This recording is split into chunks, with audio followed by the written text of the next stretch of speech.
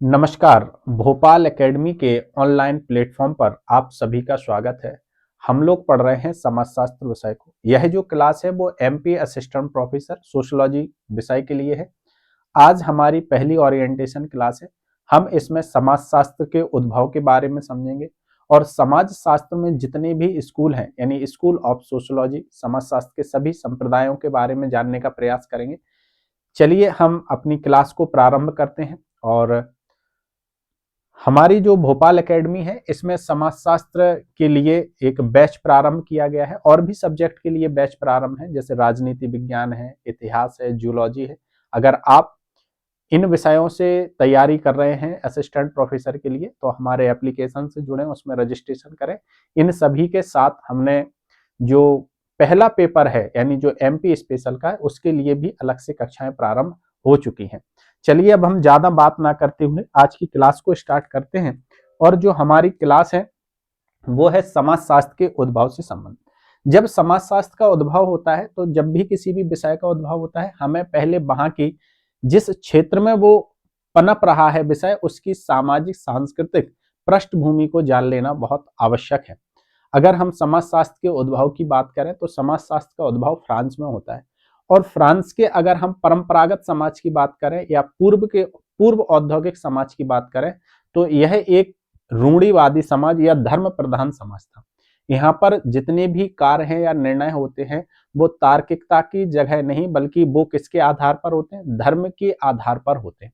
फिर एक वहां पर रेनेसां का काल आता है, औद्योगिकरण होता है, इंडस्ट्रियलाइजेशन होता है और तर्क बुद्धिवाद का विकास होता है।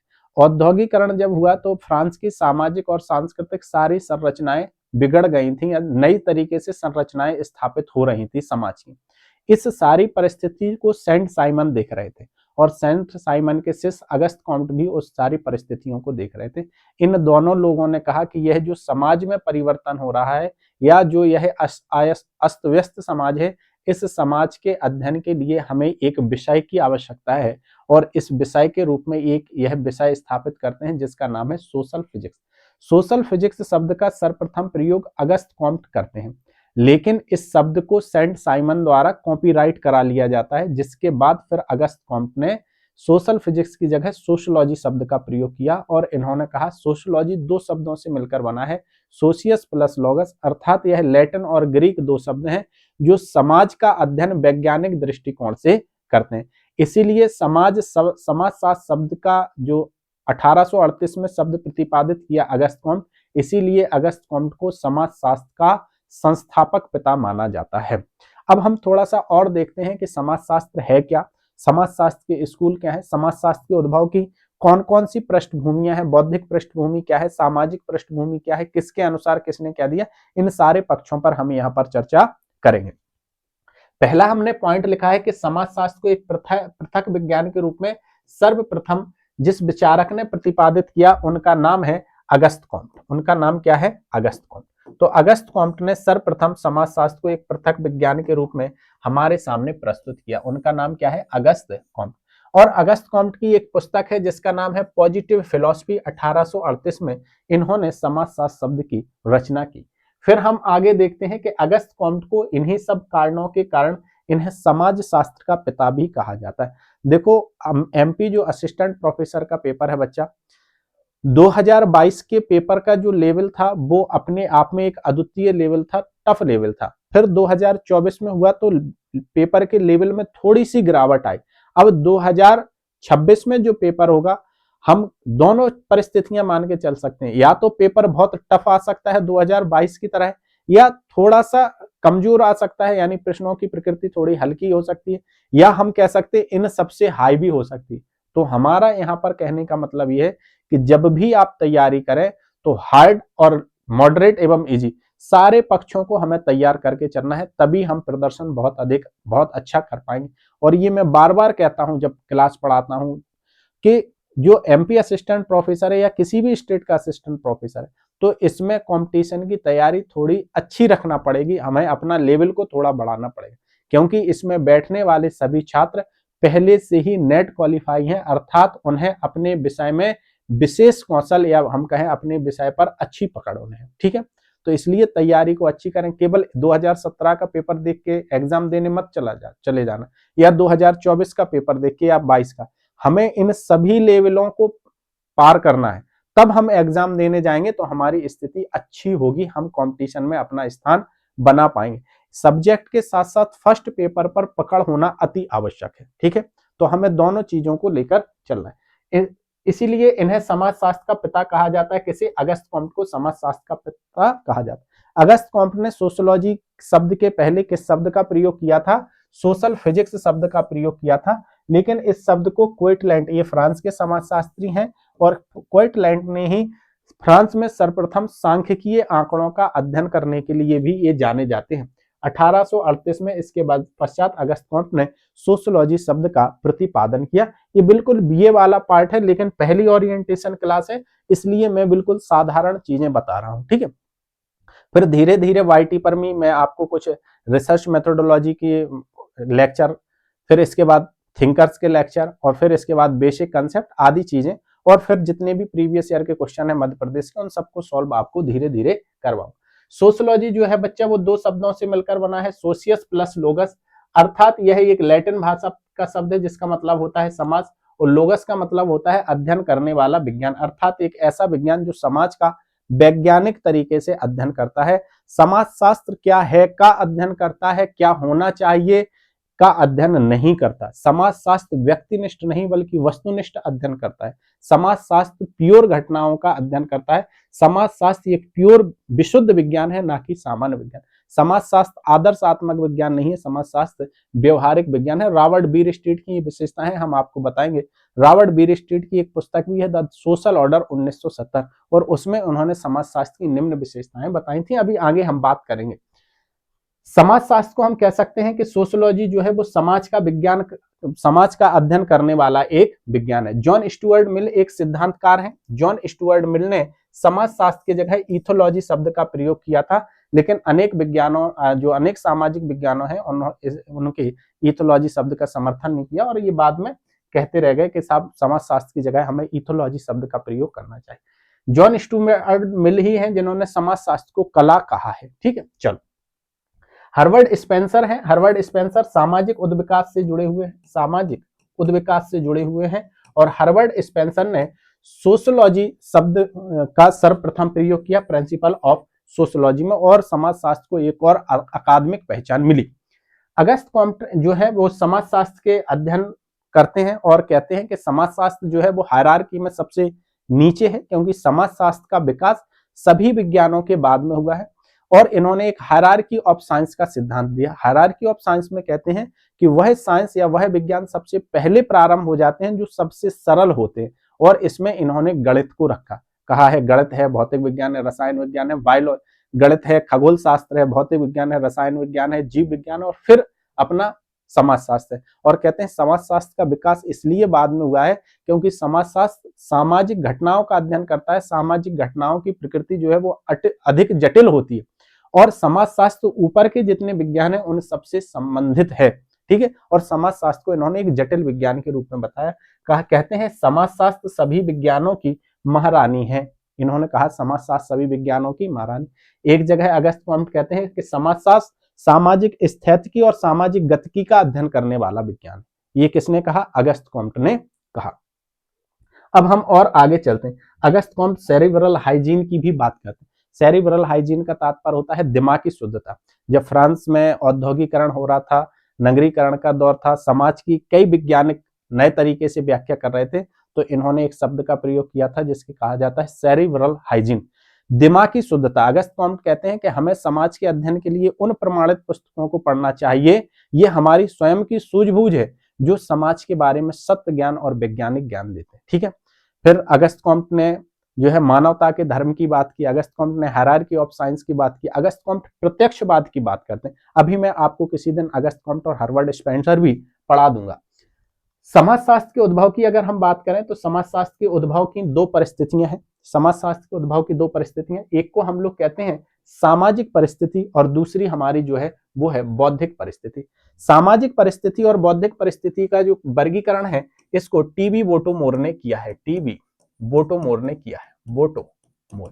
और टीबी बोटोमोर की एक पुस्तक है sociology, sociology a guide to problem, a guide to problem and literature, and literature, sociology a guide to problem and literature.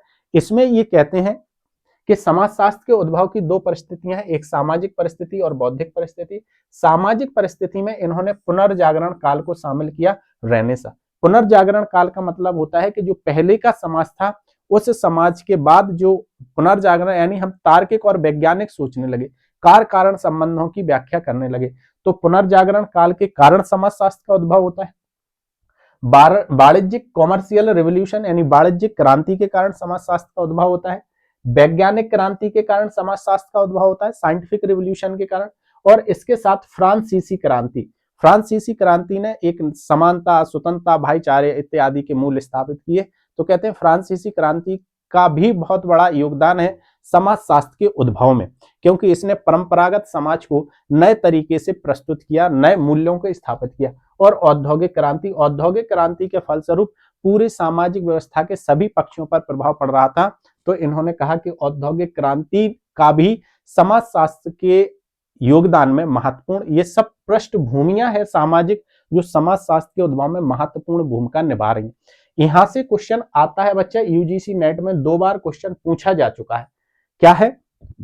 पुनर्जागरण काल समाजशास्त्र के उद्भव में महत्वपूर्ण भूमिका निभा रहा है, वाणिज्यिक क्रांति समाजशास्त्र के उद्भव में महत्वपूर्ण भूमिका निभा रही है, वैज्ञानिक क्रांति, फ्रांसीसी क्रांति, औद्योगिक क्रांति, ये सब ऐसी सामाजिक पृष्ठभूमियां हैं जो समाजशास्त्र के उद्भव में महत्वपूर्ण भूमिका निभाती हैं, और इनसे क्वेश्चन आता है तो इन्हें याद रखने का प्रयास भी करना है। दूसरी, अगर हम बौद्धिक क्रांति की बात करें तो बौद्धिक क्रांति में हम इन 4 चरणों को आवश्यक मानते हैं या इन्हें शामिल। एक तो लिखते हैं द फिलॉसफी ऑफ हिस्ट्री, यानी इतिहास का दर्शन जो है वो समाजशास्त्र के उद्भव में महत्वपूर्ण भूमिका निभा रहा है। राजनीति का दर्शन, यानी राजनीतिक विज्ञानों की स्थापना होना, मॉन्टेस्क्यू, ये इन सब सिद्धांतकारों का आ जाना, तो राजनीति का दर्शन फिलॉसफी ऑफ हिस्ट्री ने समाजशास्त्र के उद्भव में महत्वपूर्ण भूमिका निभाई। इतिहास के दर्शन ने महत्वपूर्ण भूमिका निभाई, और जो उद्विकासीय सिद्धांत हैं, जैविक सिद्धांत हैं, इन सिद्धांतों ने भी समाजशास्त्र के उद्भव में महत्वपूर्ण भूमिका निभाई है। यहाँ पर हम देखते हैं सामाजिक स्थिति, यानी जो सर्वेक्षण आंदोलन है, इस आंदोलन ने भी समाजशास्त्र के उद्भव में महत्वपूर्ण भूमिका निभाई। सामाजिक एवं आर्थिक सुधार आंदोलनों में ने भी समाजशास्त्र के उद्भव में महत्वपूर्ण भूमिका निभाई। और याद रखना है, ये अलग अलग पूछा जाता है कि वो कौन कौन सी बौद्धिक परिस्थितियां हैं जिन्होंने समाजशास्त्र के उद्भव में महत्वपूर्ण भूमिका निभाई है। तो याद रखना है, इतिहास का दर्शन, राजनीति का दर्शन, जैविक विकासवादी सिद्धांत, सामाजिक परिस्थिति और सामाजिक आर्थिक सुधार आंदोलन। अब हम थोड़ा सा और आगे चलते हैं, और यहाँ पर मैंने एक नाम लिखा है मॉरिस जिन्सबर्ग। मॉरिस जिन्सबर्ग की पुस्तक है reason and unreason in society. Morris Ginsberg बात करते हैं reason and unreason in society में। ये समाजशास्त्र के उद्भव के बौद्धिक स्रोत में केवल इन्हीं 4 पक्षों को शामिल करते हैं, और इन 4 पक्षों में इन्होंने फिलॉसफी ऑफ हिस्ट्री यानी इतिहास का दर्शन, फिलॉसफी ऑफ पॉलिटी यानी राजनीति का दर्शन, बायोलॉजिकल थ्योरी ऑफ इवोल्यूशन यानी उद्विकासीय सिद्धांत, जैविक सिद्धांत, और सोशल सर्वे जो है कंडीशन, इन्होंने सोशल सर्वे कंडीशन को भी इसमें शामिल किया है। एक सिद्धांतकार हैं मॉरिस जिन्सबर्ग, इनकी पुस्तक है रीजन एंड अनरीजन। इस समाजशास्त्र के उद्भव के बौद्धिक परिप्रेक्ष्य में इन 4 पक्षों को शामिल करते हैं, ठीक है।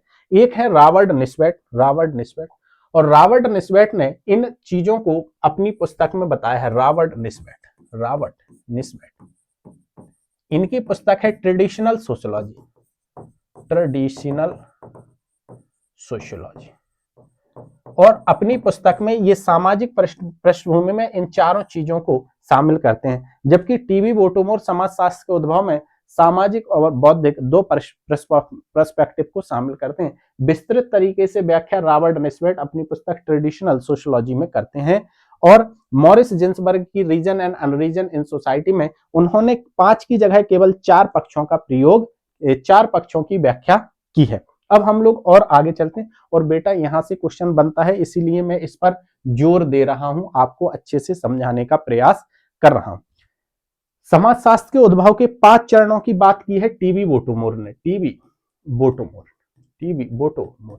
और टीबी बोटोमोर की मैं पुस्तक बता के आया था, सोशियोलॉजी या guide to problem and literature, ये समाजशास्त्र के उद्भव में कहते हैं कि एक विश्वकोशीय स्तर होता है, या विश्वकोशीय स्तर पहली अवस्था है जो समाजशास्त्र के विकास में महत्वपूर्ण भूमिका निभाता है। इवोल्यूशनरी स्टेज समाजशास्त्र के उद्भव में या समाजशास्त्र के उद्भव का दूसरा चरण है। ये प्रत्यक्षवादी सिद्धांत, और यहाँ तक यूजीसी नेट ने क्वेश्चन पूछ लिया गया है, यूजीसी नेट में यहाँ तक क्वेश्चन कि टीबी बोटोमोन ने समाजशास्त्र के उद्भव में किन चरणों की बात की है, तो वो विश्वकोशीय चरण की बात करते हैं, वो इवोल्यूशनल चरण की बात करते हैं, वो पॉजिटिविस्टिक स्टेज की बात करते हैं, वो औद्योगिक समाज के विकास की बात करते हैं, और वो आलोचनात्मक क्रिटिकल स्कूल की भी या क्रिटिकल पर्सपेक्टिव की भी उन्होंने बात की है।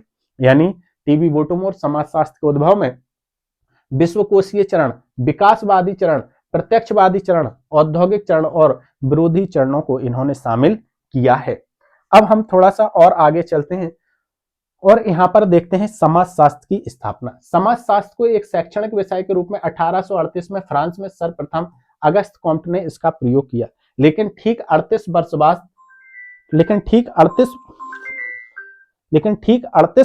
बाद हम देखते हैं कि 1876 में अमेरिका के येल विश्वविद्यालय में ग्राहम समनर के नेतृत्व में समाजशास्त्र की स्थापना होती है और एक औपचारिक विषय के रूप में इसको स्थापित किया जाता है। विलियम ग्राहम समनर ने एक पुस्तक लिखी थी जिसका नाम है द फॉकबेज, और द फॉकबेज कब आई? 1906 में यह पुस्तक लिखी। इस पुस्तक को हम कह सकते हैं कि समाजशास्त्र का ओल्ड टेस्टामेंट इस पुस्तक को कहा जाता है, क्योंकि इसमें संस्थाओं का उद्विकास, परंपरा, रीति, रूढ़ियां, फोकवेज, मोड, कल्चर इत्यादि के बारे में बहुत विस्तृत तरीके से बताया गया। और समनर ने चूंकि येल विश्वविद्यालय में समाजशास्त्र की स्थापना की, इसीलिए समनर को अकादमिक समाजशास्त्र का जनक भी माना जाता है। समनर ने केलर के साथ एक पुस्तक लिखी जिसका नाम था साइंस ऑफ सोसाइटी, और बेटा इन सारे पॉइंटों से क्वेश्चन बना हुआ है, इसलिए ये आपको याद भी रखना है। अब हम और आगे चलते हैं और देखते हैं इसमें कि समाजशास्त्र के संप्रदाय, समाजशास्त्र में कुछ संप्रदाय हैं, और इन संप्रदायों में अगर हम बात करें तो कौन कौन से संप्रदाय इसमें शामिल होते हैं। सबसे पहले हम देखते हैं समाजशास्त्र में फॉर्मल स्कूल की बात करते हैं, और फॉर्मल स्कूल कहता है कि समाजशास्त्र भी अन्य विषयों की तरह है, जिस प्रकार से भौतिक विज्ञान, रसायन विज्ञान या अन्य अर्थशास्त्र की अपनी विषय वस्तु है, ठीक इसी प्रकार भी समाजशास्त्र सामाजिक संबंधों का अध्ययन करने वाला विज्ञान है। समाजशास्त्र सामाजिक संबंधों के स्वरूपों का अध्ययन करने वाला विज्ञान है आदि।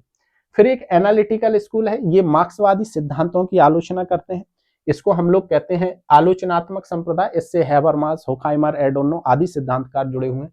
फिर आता है एक हमारा सिंथेटिक स्कूल, समन्वयात्मक स्कूल, और समन्वयात्मक स्कूल में जब हम समन्वयात्मक स्कूल की बात करते हैं तो इसमें हम कहते हैं कि समाजशास्त्र एक सामान्य विज्ञान है। समाजशास्त्र समाज के सभी पक्षों का अध्ययन करते हैं। मॉरिस जिन्सबर्ग और दुर्खीम वगैरह इससे सोरोकिन आदि जुड़े हैं। फिर एक आता है हमारा शिकागो संप्रदाय, और शिकागो संप्रदाय जो है ये भी समाजशास्त्र का एक स्कूल है। ये गंदी बस्ती, शहरी समस्याओं, निर्जातीय अध्ययन इत्यादि का ये अध्ययन करते हैं। फिर फ्रैंकफर्ट स्कूल है, और फ्रैंकफर्ट स्कूल को हम लोग क्रिटिकल स्कूल या एनालिटिकल स्कूल में ही शामिल कर लेते हैं। अब हम और आगे चल रहे हैं। सबसे पहले हमारे सामने आता है शिकागो स्कूल, और शिकागो स्कूल की स्थापना कब हुई बच्चा? 1892 में होती है। समाजशास्त्री स्कूल की स्थापना कब होती है? 1892 में होती है। और यह क्या करता है? यह संप्रदाय समाजशास्त्र के इतिहास में अत्यधिक प्रभावशाली भूमिका निभाता है। यह क्या करता है? समाजशास्त्र के इतिहास में अत्यधिक प्रभावशाली। इनका जो शोध केंद्र है ये नगरीय समस्याएं, अपराध, उपचार, गरीबी आदि का अध्ययन करते हैं। इनकी शोध की पद्धतियों में अगर हम बात करें तो इकोलॉजिकल मेथड्स की बात करते हैं, ठीक है, और यह जो है वो एथनोग्राफिक मेथड्स का प्रयोग करते हैं, ठीक है। इसके साथ ही इनका जो दृष्टिकोण है वो यानी अंतःक्रियावादी इंटरेक्शनिस्ट पर्सपेक्टिव का इन्होंने प्रयोग किया है या करते हैं। इसमें जो प्रमुख सिद्धांतकार हैं, अगर हम उन सिद्धांतकारों की बात करें तो एल्मिन सिमाल इससे जुड़े हुए हैं, रॉबर्ट पार्क इससे जुड़े हैं, बर्गेज इससे जुड़े हैं, जॉर्ज हर्बर्ट मीड इससे जुड़े हुए हैं, सीएच कूले इससे जुड़े हुए हैं, थॉमस हैं, मैकेंजी हैं और लुइस बर्थ आदि इसके सिद्धांतकार हैं। और यह सब सिद्धांतकार हैं, ये किसके हैं बेटा? शिकागो स्कूल से जुड़े हुए। शिकागो स्कूल क्या कर रहा है? नगरीय समस्याओं का अध्ययन करते हैं, नगरीय समस्याओं का अध्ययन करते हैं, ठीक है। ये गंदी बस्तियों का अध्ययन, स्लम्स, गंदी बस्तियों का अध्ययन ये लोग करते हैं। ठीक है। इनकी जो अध्ययन पद्धति है वो एथनोग्राफिक है, एथनोग्राफिक अध्ययन पद्धति का इन्होंने प्रयोग किया है आदि। अब हम और आगे चलते हैं, फिर एक और स्कूल मिलता है जिसको हम लोग कहते हैं फ्रैंकफर्ट स्कूल, और फ्रैंकफर्ट स्कूल की स्थापना होती है 1923 में। फ्रैंकफर्ट स्कूल जो है वो मार्क्सवादी चिंतन से प्रभावित है, और ये कहते हैं कि मार्क्सवाद ने संपूर्ण व्याख्या केवल अर्थव्यवस्था के आधार पर की है, अर्थव्यवस्था के आधार पर की है, समाज के अन्य पक्षों की उपेक्षा की है। तो यह मार्क्सवादी सिद्धांतों में संशोधन करने का काम करते हैं, और इन्होंने इनका मुख्य उद्देश्य तत्कालीन विश्व को पूंजीवादी संस्कृति और सत्ता संरचना की आलोचनात्मक समीक्षा करना है। इससे जुड़े हुए हैं। अभी इन स्कूलों को मैं और भी अगली वाली क्लास में जब मैं मार्क्सवाद पढ़ाता हूं तो मार्क्सवाद के बाद के जो सिद्धांत है यानी नव मार्क्सवाद में इस स्कूल को मैं बहुत अच्छे तरीके से आपके सामने व्याख्या करूंगा, क्योंकि अगर मैं अभी इस पर बहुत ज्यादा फोकस कर दूंगा तो अन्य पक्षों की उपेक्षा हो जाएगी, तो अपन को वो नहीं करना है। यहाँ पर केवल मैं आपको परिचय करा रहा हूं कि समाजशास्त्र में यह भी स्कूल शामिल है। तो समाजशास्त्र में फ्रैंकफर्ट स्कूल शामिल है, और फ्रैंकफर्ट स्कूल को हम लोग आलोचनात्मक या क्रिटिकल स्कूल की श्रेणी में रखते हैं। इस संप्रदाय में आलोचनात्मक सिद्धांत हैं, ये मार्क्सवादी सिद्धांतों में संशोधन करने का काम करते हैं। और यहाँ पर हम बात करें एडोर्नो है, बेंजामिन है, और आपके इलरिक फ्रेम है, और होखाइमर है, आपके मार्क्यूज। ये जो सिद्धांतकार हैं ये इससे जुड़े हुए हैं। इसके साथ इसमें जो है हैबरमास भी जुड़े हुए हैं, हैबरमास। और हैबरमास को आलोचनात्मक संप्रदायवादी माना जाता है। इन्होंने प्रत्यक्षवाद की आलोचना की, इन्होंने प्रत्यक्षवाद की क्या की बच्चा, आलोचना की है। अब हम और आगे चलते हैं। फिर एक आता है हमारे पास स्वरूपात्मक स्कूल, और स्वरूपात्मक स्कूल जो है इसको हम लोग विशिष्टात्मक संप्रदाय कहते हैं। स्वरूपात्मक स्कूल कहते हैं जिस प्रकार से अन्य विज्ञान है ठीक इसी प्रकार से समाजशास्त्र भी है, और समाजशास्त्र सामाजिक संबंधों, सामाजिक अंतःक्रिया और संबंधों के स्वरूपों का अध्ययन करने वाला विज्ञान है। इसके अगर हम प्रवर्तक की बात करें तो इसमें जॉर्ज सिमिल शामिल है। इसके प्रबंधक की अगर हम बात करें तो इसमें जॉर्ज सिमिल शामिल है, और इसमें इमैनुअल कांत को हम शामिल करते हैं। ठीक है। मैक्स वेबर को हम शामिल करते हैं, टॉनिज इसमें शामिल है। ठीक है। रॉस साहब को हम इसमें शामिल करते हैं, वर्गेज इसमें शामिल है, सिमॉल इसमें शामिल है, पार्क इसमें है, और अपने गम्फोविच को भी हम इसमें शामिल करते हैं। इनका मानना है कि इस संप्रदाय के अनुसार समाजशास्त्र भी भूगोल, रसायन विज्ञान, भौतिक शास्त्र, अर्थशास्त्र की भांति एक स्वतंत्र और विशिष्ट विज्ञान है। यह संप्रदाय समाजशास्त्र को एक ऐसी विधि मानता है जो सामाजिक संबंधों के अंतः वस्तु की नहीं बल्कि उनके स्वरूपों का अध्ययन करना इसका केंद्र है। अर्थात ये कहते हैं कि समाजशास्त्र की अपनी एक निश्चित विषय वस्तु है, समाजशास्त्र की ये निश्चित विषय वस्तु सामाजिक अंतःक्रिया है, सामाजिक संबंधों के स्वरूप है, और इन्हीं स्वरूपों का अध्ययन समाजशास्त्र में किया जाता है। और इसके संस्थापक कौन है, जॉर्ज सिमेल है। इससे कांत, बीर और मैक्स वेबर, वर्गेज आदि लोग इससे जुड़े हुए हैं। अब हम और आगे चलते हैं। एक आता है हमारा सामान्यव्यात्मक संप्रदाय, और सामान्यव्यात्मक संप्रदाय से हमारे जो सोरोकिन जी जुड़े हुए हैं, दुर्खीम जुड़े हुए हैं, और आपके हॉबहाउस जुड़े हुए हैं, जॉनसन और जिन्सबर्ग। ठीक है। लेकिन आपको सोरोकिन, दुर्खीम और हॉबहाउस के नाम याद रखना है क्योंकि यहाँ से क्वेश्चन पूछे जाते हैं। ये कहते हैं समाजशास्त्र एक सामान्य विज्ञान है क्योंकि समाजशास्त्र सामाजिक दशाओं का अध्ययन करने वाला विज्ञान है। ठीक है। इन्होंने समाजशास्त्र को एक सामान्य विज्ञान बनाने पर जोर दिया है। अब हम थोड़ा सा और आगे चलते हैं। फिर कुछ थोड़े से पॉइंट हैं, इनको हम लोग समझ लेते हैं कि 1921 में समाजशास्त्र की स्थापना कहाँ होती है बेटा, ये होती है अपने लखनऊ में। ठीक है। और इसके विभागाध्यक्ष के रूप में राधा कमल मुखर्जी को चुना जाता है। फिर हम लोग और आगे चलते हैं, इन दोनों पॉइंटों को छोड़ देते हैं, फिर हम और आगे चलते हैं, और यहाँ पर हम देखते हैं कि बिहार में जो कुलीनीकरण की अवधारणा है ये नर्मदेव प्रसाद ने दी थी। किसने दी थी बच्चा, नर्मदेव प्रसाद ने इसको प्रस्तुत किया था। और एक और भी अन्य संस्था, इन्होंने मिथ की भी कॉन्सेप्ट दिया था, द मिथ ऑफ कास्ट, किसका है, नर्मदेव प्रसाद का। Tata institute of social science जो है यह भी समाजशास्त्र की दिशा में बहुत अच्छा काम कर रहा है, और अलीगढ़ और आगरा का विश्वविद्यालय भी समाजशास्त्र के क्षेत्र से जुड़ा हुआ है। इसमें दो पॉइंट छूटे हैं स्लाइड में। एक ये है कि भारत में जो समाजशास्त्र की स्थापना है वो 1952 में वास्तविक समाजशास्त्र की स्थापना जो अपने जीएस घुरिये हैं उन्होंने इंडियन सोशियोलॉजिकल सोसाइटी की स्थापना के साथ हुई। वैसे तो हम देखते हैं कि समाजशास्त्र हमारे यहाँ 1914 में प्रारंभ कर दिया जाता है पढ़ाना, फिर 1917 में और फिर 1919 में पैट्रिक गेट्स के नेतृत्व में प्रारंभ होता है। तो वो चीजें हैं, फैक्ट है, अपन उसको और भी देख लेंगे। लेकिन इंडियन समाज, भारतीय समाज की शास्त्र की जो है, भारतीय समाज शास्त्रीय परिषद की जो स्थापना है वो 1952 और एसी को वास्तविक दौर माना जाता है। और उसके बाद की ये फैक्ट है कि 1921 में लखनऊ, फिर ये सब चीजें है ना। तो यहाँ पर मैं उम्मीद करता हूं कि समाज शास्त्र का उद्भव किन परिस्थितियों में हो रहा है, समाज शास्त्र के कौन कौन से स्कूल हैं, आपको समझ में आ गया होगा। इसके बाद की जो क्लास है वो हम लोग अब अगले लेक्चर में हम इसके बाद का पढ़ेंगे, ठीक है। ओरिएंटेशन क्लास 2, ओरिएंटेशन क्लास 3, और फिर हम इसी प्रकार आपसे जुड़ते रहेंगे। और जैसे ही हमारे बैच प्रारंभ होंगे उसके लिए आपको लिंक मिल जाएगी, अगर आप चाहते हैं मुझसे पढ़ना तो उस पर रजिस्ट्रेशन करके आप मेरे साथ जुड़ सकते हैं। ठीक है, नमस्कार।